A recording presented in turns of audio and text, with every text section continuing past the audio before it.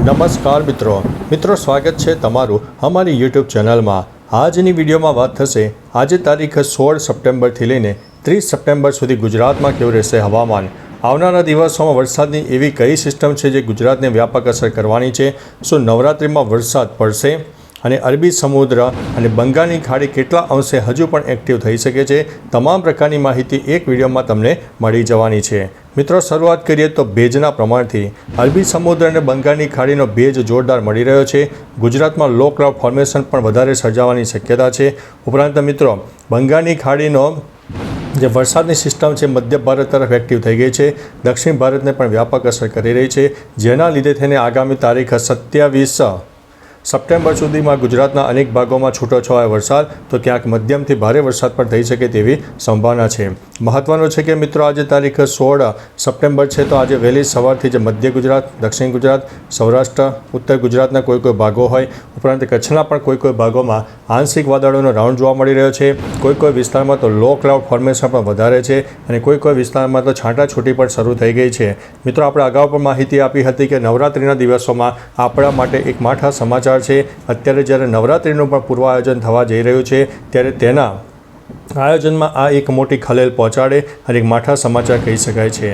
ત્યારબાદ મિત્રો તારીખ 17 સપ્ટેમ્બરની પણ વાત કરીએ તો 17 સપ્ટેમ્બરે દક્ષિણ ગુજરાતના અનેક ભાગોમાં વરસાદ થાય, સૌરાષ્ટ્રના દક્ષિણી ભાગમાં હોય, ઉપરાંત દક્ષિણ ભારતના પણ અનેક ભાગો પ્રભાવિત થશે। મધ્ય ભારત, પૂર્વ ભારતમાં પણ વરસાદની સંભાવના છે, કારણ કે આજે આ વરસાદનું પ્રમાણ છે એ મધ્ય ભારતથી લઈને દક્ષિણ ભારતના અનેક ભાગોને પ્રભાવિત કરશે, જેની અસરના લીધે થઈને ગુજરાતના પણ દક્ષિણ ગુજરાત અને સૌરાષ્ટ્રમાં વ્યાપક વરસાદની શક્યતા રહેલી છે। આ એવી સિસ્ટમ છે જે લાંબા ગાળાની સિસ્ટમ છે અને ગુજરાતને પણ તેની માઠી અસર જોવા મળી શકે છે। ત્યારબાદ મિત્રો તારીખ 18 સપ્ટેમ્બરની વાત કરીએ તો દક્ષિણ ગુજરાતનો પૂર્વ તરફના વિસ્તાર જેમાં પંચમહાલ, દાહોદ, છોટાઉદેપુર, નર્મદાના અનેક ભાગો આવે છે। આ સૌરાષ્ટ્રના દક્ષિણી પટ્ટા, જૂનાગઢ, અમરેલી, ભાવનગર અને ગીર સોમનાથમાં પણ છૂટોછવાયો વરસાદ થઈ શકે છે, જ્યારે કચ્છમાં પણ સામાન્ય લો ક્લાઉડ ફોર્મેશન પણ જોવા મળી શકે છે। ત્યારબાદ મિત્રો તારીખ 19 સપ્ટેમ્બરની વાત કરીએ તો 19 સપ્ટેમ્બરે પણ તમે જોઈ શકો છો કે વરસાદનું પ્રમાણ વધી શકે છે। મધ્ય ગુજરાત, દક્ષિણ ગુજરાત, ઉત્તર ગુજરાત અને સૌરાષ્ટ્રના અનેક ભાગોમાં વરસાદની શક્યતા દેખાઈ રહી છે અને કચ્છમાં પણ આંશિક વાદળોનો રાઉન્ડ જોવા મળશે। આપણે જણાવ્યું તે પ્રમાણે દક્ષિણ ગુજરાતથી લઈને કેરળ સુધી વરસાદની લાંબા ગાળાની ટ્રફ રેખા છે અને એ જે ઘેરાવો છે દક્ષિણ ભારતના અનેક ભાગોને આવરી લીધો છે અને તેની અસર આપણને આગામી એક અઠવાડિયા સુધી જોવા મળનારી છે।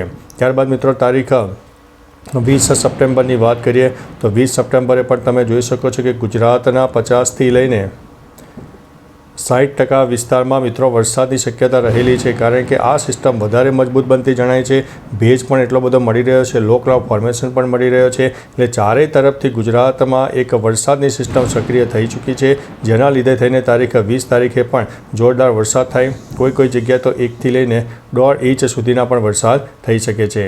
ત્યારબાદ મિત્રો તારીખ 21 સપ્ટેમ્બરની વાત કરીએ 21 સપ્ટેમ્બરે સમગ્ર સૌરાષ્ટ્ર, દક્ષિણ ગુજરાત, મધ્ય ગુજરાતના અનેક ભાગો હોય, ઉત્તર ગુજરાતના પણ અનેક ભાગોમાં વરસાદની શક્યતા છે।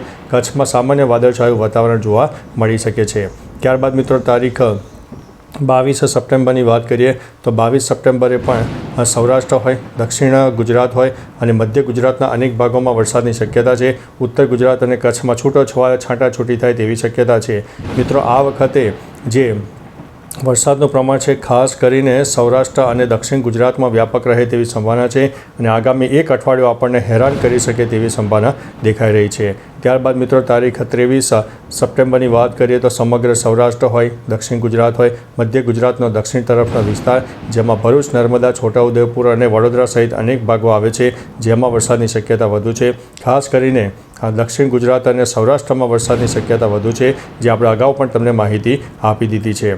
ત્યારબાદ મિત્રો તારીખ 24 સપ્ટેમ્બરની વાત કરીએ તો 24 સપ્ટેમ્બરે પણ વરસાદનું પ્રમાણ થોડું ઓછું થશે, પરંતુ સૌરાષ્ટ્ર હોય, દક્ષિણ ગુજરાત, મધ્ય ગુજરાત, ઉત્તર ગુજરાત અને કચ્છના મોટાભાગના વિસ્તારમાં વાદળછાયું વાતાવરણ જોવા મળે, પરંતુ તેની અંદર મિત્રો થોડા અપર ક્લાઉડ વધારે હશે, જે વરસાદી વાદળો હોતા નથી, એટલે વરસાદની તીવ્રતામાં નોંધપાત્ર ઘટાડો થાય તેવી સંભાવના દેખાઈ રહી છે। ત્યારબાદ મિત્રો તારીખ 25 સપ્ટેમ્બરની વાત કરીએ તો 25 સપ્ટેમ્બરે પણ દક્ષિણ ગુજરાત, મધ્ય ગુજરાત, સૌરાષ્ટ્ર, ઉત્તર ગુજરાત અને કચ્છના મોટાભાગના વિસ્તારમાં વાદળછાયું વાતાવરણ જોવા મળશે। તેમાં પણ અપર ક્લાઉડ વધારે હશે, લો ક્લાઉડનું પ્રમાણ થોડું ઓછું હશે, એટલે છૂટો છવાયો અને છાંટાછૂટીવાળો વરસાદ થઈ શકે છે। ત્યારબાદ મિત્રો તારીખ 26 સપ્ટેમ્બરની વાત કરીએ તો મધ્ય ગુજરાત હોય દક્ષિણ ગુજરાતના અનેક ભાગોમાં છાંટાછૂટી થાય, છૂટોછવાયો વરસાદ રહે.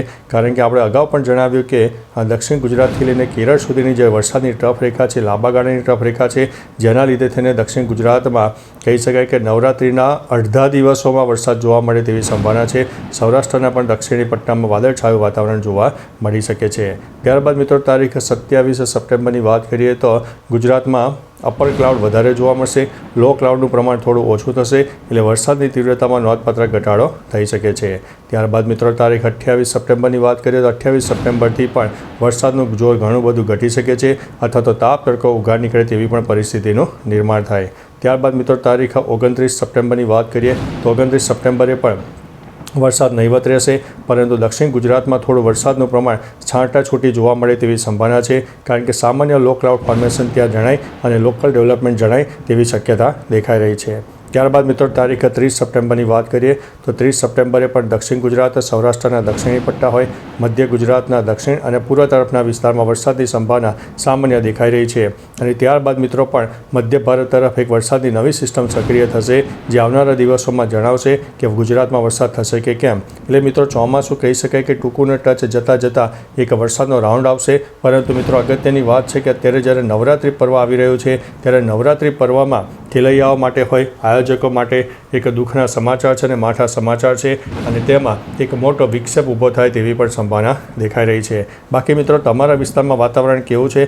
તાપ તડકો ઉઘાડ હોય, ઉપરાંત વરસાદ પણ પડ્યો હોય તો તમામ પ્રકારની માહિતી આપજો, જેથી અન્ય મિત્રો પણ જાણી શકે.